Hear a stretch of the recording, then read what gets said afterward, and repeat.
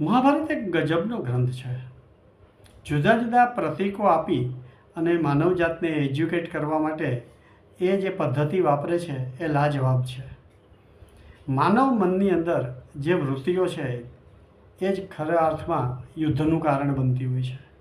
અને નકારાત્મક વિચારો અને હકારાત્મક વિચારો વચ્ચેનું આ જે સતત ચાલતું રહેલું યુદ્ધ છે એનું પરિણામ આપણું જીવન હોય છે. મહાભારતના 5મા પર્વ ઉદ્યોગ પર્વમાં ધૃતરાષ્ટ્ર પોતાના માનીતા અને કુશળ મંત્રી સંજયને પાંડવો સાથે મંત્રણા એટલે કે વિષ્ટિ કરવા માટે મોકલે છે. ત્યારે તેના પ્રત્યુત્તરમાં શ્રી કૃષ્ણ સંજયને જે જવાબ આપે છે તેમાં 29મા અધ્યાયના 52મા શ્લોકમાં કહેવાયું છે કે દુર્યોધનો મન્યુમયો મહાદ્રુમ સ્કંધ કર્ણ શકુનિસ્તસ્ય શાખા દુશાસન પુષ્પફલે સમૃદ્ધે મૂલમ રાજા ધૃતરાષ્ટ્રો મનીષી. હે સંજય, દુર્યોધન ક્રોધમય વિશાળ વૃક્ષ જેવો છે કે જેનું થડ એટલે કે પ્રકાંડ એ કર્ણ છે, તેની શાખા એટલે કે ડાળીઓ શકુની છે અને દુશાસન આ વૃક્ષના સમૃદ્ધ ફળ અને ફૂલ છે. આ દુર્યોધનના ક્રોધમયી વૃક્ષમાં અજ્ઞાની રાજા ધૃતરાષ્ટ્ર તેનું મૂળ છે. દુર્યોધન એક એવું વ્યક્તિત્વ છે કે યતો રત્ન ભુજાવયમ, દુનિયાની બધી જ સમૃદ્ધિ મારે માટે સર્જાયેલી છે અને મને જ મળવી જોઈએ, એમાંથી અંશ માત્ર પણ બીજો લઈ જાય એ એને પાલવતું નથી. આવી દુર્યોધન વૃત્તિને કારણે સમગ્ર મહાભારત સર્જાય છે. આ દુર્યોધન જેના આધારે ટકેલો છે એ છે કર્ણ. કર્ણ જો કૌરવ પક્ષે ન હોત તો કદાચ મહાભારતનું યુદ્ધ શક્ય જ ન બનત. આ કર્ણ એક એવું વ્યક્તિમત્વ છે કે જે હંમેશા પોતાને થયેલા અન્યાયના ગાણા ગાયે રાખે છે. પોતે સબળ અને સક્ષમ ક્ષત્રિય પુત્ર છે, પરંતુ તેને સૂત તરીકે જીવવું પડ્યું અને સૂત પુત્ર તરીકે જીવવાનો જે અહેસાસ અને વેદના છે એને જિંદગીભર સહન પણ કર્યા અને વ્યક્ત પણ કર્યા. અને એ કર્ણ એ એવી વૃત્તિ છે કે જેને સત્યનું પણ જ્ઞાન થવા દેતી નથી. કૃષ્ણ અને કુંતા જ્યારે કહે છે, અરે કર્ણ તું તો પાંડવ છો, હવે એ માર્ગે વળવા તૈયાર નથી. એ કૌરવ એટલે કે દુર્યોધન વૃક્ષનો મુખ્ય પ્રકાંડ છે અને આધાર છે. આ જે વૃક્ષ છે એ વિસ્તરેલું છે અને એનું વિસ્તરવાનું કારણ એની ડાળીઓ છે.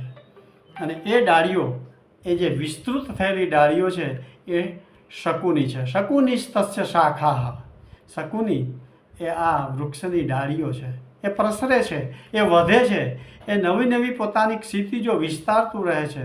શકુની એટલે કપટ, શકુની એટલે ચાલાકીપૂર્વક બીજાની વસ્તુઓ હડપ કરવા માટેની જે સ્કિલ, જે કૌશલ્ય હંમેશા વાપરતો રહેલો છે તે શકુની છે.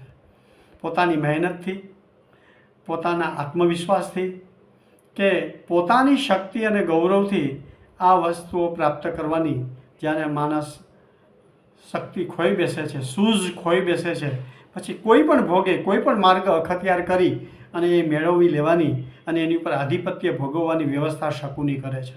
કે આવું જે દુર્યોધન રૂપી વૃક્ષની અંદર એનું પરિણામ શું આવે છે, એના ફળ અને ફૂલ શું છે, તો એના ફળ અને ફૂલ એ દુશાસન છે. દુશાસન, બેડ એડમિનિસ્ટ્રેશન. અને જેને પરિણામે જીવનની જે ઘટનાઓ બને છે, જે દુઃખો આવે છે, જે તકલીફો આવે છે એ બધી જ આ દુશાસનમાંથી સર્જાય છે. પરંતુ એ સ્વીકારવાનું મન દુર્યોધન પાસે નથી. એ ક્યારેય પોતાની નબળાઈઓને સાંભળી પણ શકતો નથી, તો પછી એની સ્વીકાર કરવાની વાત તો ક્યાંથી આવે. ઉલટું જે પોતાની નબળાઈઓ ઉપર અંગુલી નિર્દેશ કરે છે અને એનું એને ભાન કરાવે છે એનો એ વેરી બની જાય છે. એને કોઈ સાચું કે એ પસંદ નથી. પોતે જ સર્વસ્વ છે, પોતે જ મહાન છે. એના જે લોકો ગુણગાન ગાય છે એને પોતાની આજુબાજુ રાખે છે. હંમેશા પોતાના આત્મનિરીક્ષણ કરવા તરફની દિશામાં કોઈ દિવસ જવા માટે તૈયાર નથી. આ દુર્યોધન જીવનભર અહંકાર અને દંભની અંદર જીવવા ટેવાયેલો છે અને એનું પરિણામ છે એ મહાભારતનું યુદ્ધ છે. પરંતુ આ જે દુર્યોધન રૂપી વૃક્ષને એ જે ખાતર એને મળે છે, એને જે પાણી મળે છે આ વૃક્ષને, એ છે ધૃતરાષ્ટ્ર. કારણ કે મૂલ રાજા ધૃતરાષ્ટ્ર, રાજા જે ધૃતરાષ્ટ્ર છે આ દુર્યોધન રૂપી વૃક્ષનું મૂળ છે. આ ધૃતરાષ્ટ્ર માત્ર શારીરિક રીતે જન્મથી અંધ નથી. એમ માને છે કે હું પ્રજ્ઞાચક્ષુ છે, મને પ્રજ્ઞારૂપી ચક્ષુથી હું જોઈ શકું છું, પણ એ જોવાની તાકાત પણ એને ગુમાવી દીધેલી છે. એક એવી અંધ વ્યક્તિ છે કે જે કોઈ દિવસ પોતાના તરફ, પોતાની આજુબાજુ બનતી રહેલી ઘટનાઓ, વ્યક્તિઓ, પોતાની આજુબાજુ કહેનારા જે લોકો છે એના શબ્દો, એના તરફ હંમેશા આંખ મીચેલી રાખે છે. એને તો બસ પોતાનું જે છે એના જ ઉત્કર્ષ દેખાય છે. પાંડુના મૃત્યુ પછી અંધ હોવા છતાં તેને રાજા બનાવવામાં આવ્યો, પરંતુ એમ માને છે કે આ તો મારો અધિકાર જ છે, મારો જ અધિકાર નથી, મને જ એના ઉપર વાલ છે, મારા જે છે એવા મારા પુત્રો છે એનો પણ આ જ અધિકાર છે. એ આત્મવિકાસની વાત કરી અને વિદુરની પાસે વાત મૂકે છે ત્યારે વિદુર સનત સુજાત નામના એ વખતના સૌથી જ્ઞાની અને વયોવૃદ્ધ ઋષિને નિમંત્રિત કરે છે. રાત્રે એ સંવાદની અંદર સનત સુજાત પોતે આવે છે અને આત્મા અંગેનું જે આત્મજ્ઞાન આપે છે એ ટોચનું તત્વજ્ઞાન છે. ધૃતરાષ્ટ્ર તે સાંભળે છે, અનુસરતો નથી. કોઈ પણ વસ્તુ વિશે, પ્રકાશ વિશે, વિચાર વિશે, વિકાસ માટે એ ઉદ્યુક્ત છે એવું બતાવે છે, પરંતુ એ માટે પ્રયત્ન કરવાની એની તૈયારી નથી, એ માટેનું કોઈ જાતનું પેમેન્ટ કરવા માટેની તૈયારી નથી.